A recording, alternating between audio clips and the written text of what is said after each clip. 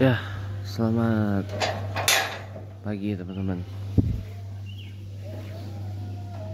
Nampaknya saya mulai mengerti ya, kenapa sejak pemilu 2024 ya, teman-teman PDIP itu seperti kayak membatasi dan memperketat gitu ya jumlah relawan-relawan atau jumlah pendukung-pendukung yang di Pilpres 2024 kemarin dukung Pak Ganjar Pranowo, dan di Pilgub Jakarta ini dukung Pak Pramono Anung dan Rano Karno. Maksudnya tuh nggak selonggar zaman Jokowi dulu. Kalau zaman Jokowi 2014 kan itu kan ibaratnya kayak gempa bumi lah gitu. Orang tuh pada antusias pengen adanya sebuah perubahan yang baru. Orang antusias pengen memiliki presiden yang down to earth, yang membumi, yang merakyat, yang populis ya kan pada saat itu di 2014.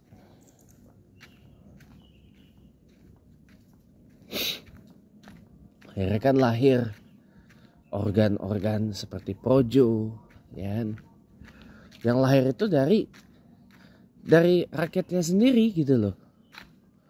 Kalau waktu dan itu gak dibatasi dulu, gak dibatasi, makanya jumlah organ-organ yang dukung Jokowi itu banyak banget, yang terdata maupun yang gak terdata oleh tim dari Jokowi saat itu.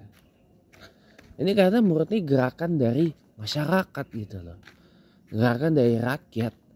Nah, kalau diperketat begini kan, misalkan nih acara-acara khusus Pak Ganjar di Pilpres 2024 ya, ada acara yang bahkan itu disebut khusus undangan atau undangannya dibatasi, atau masyarakat kayak nggak bisa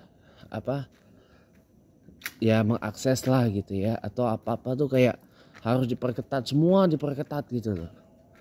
Saya ngerti kenapa, karena ternyata kalau dilonggarin kayak gitu banyak penyusupnya.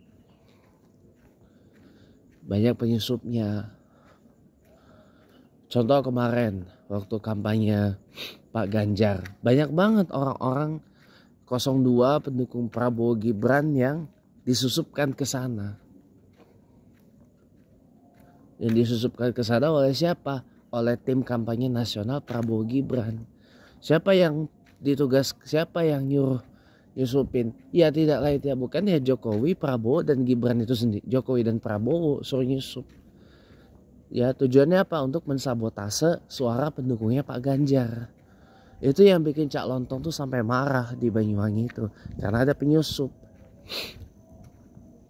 Nah makanya kenapa tim dari PDIP memperketat itu, supaya ya ibaratnya jangan ada pendukung gadungan gitu loh. Jangan ada pendukung gadungan, jangan ada pendukung pendukung yang modal domplengan gitu ya. Jangan ada yang nggak militan gitu, yang nggak sungguh-sungguh lah gitu, ibaratnya seperti itu. Saya tahu kok, saya ngerti kok. Ya gini ya, saya ini bukan orang pergerakan sebenarnya, tapi saya mulai mengerti. Di dalam semua pergerakan itu pasti ada penyusupnya, pasti ada impostornya. Sama saya. Pasti ada penyusupnya. Pasti ada penumpang gelapnya. Gak mungkin penumpang terang semua. Ada penumpang gelapnya. Ada impostornya. Gitu loh. Nah salah satu hal yang bisa kita lakukan adalah untuk mengantisipasi serapat apapun gerakan kita. Pasti ada penyusup. Pasti ada impostor secara langsung, secara eksplisit maupun secara implisit. Gitu loh. Contohnya ya saya gak usah sebut lah, karena ada beberapa teman saya yang merupakan pelakunya, merupakan para impostors atau para penyusup. Itu ada yang seperti itu, ada, bukan ada lagi, ada banget guys, ada banget para impostor itu. Jadi ya saya pikir adalah wajar dan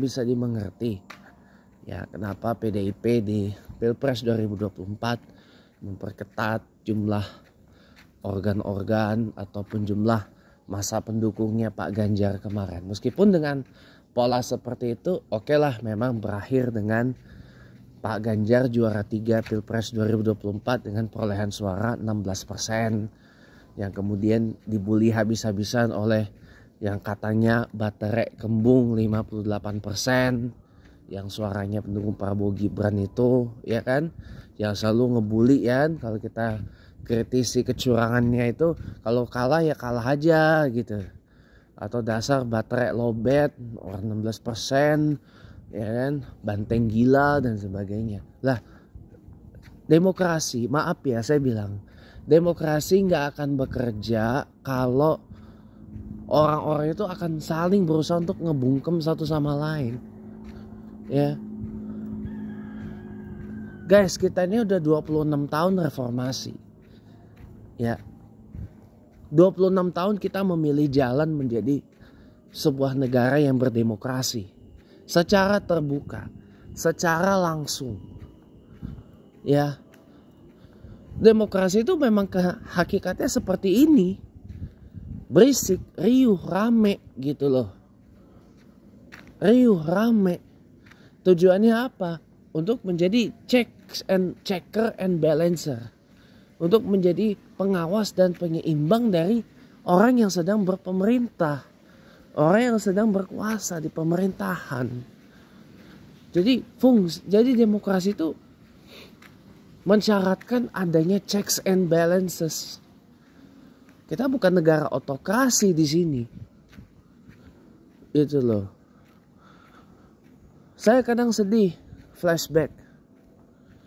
2014-2019 kita kritik Jokowi dibilang kampret. 2019-2024 dikatain kadrun gara-gara kritik. 2024 dikatain anak aba, dikatain ini kalah ya kalah aja, baterai lowbat, wabah dan sebagainya.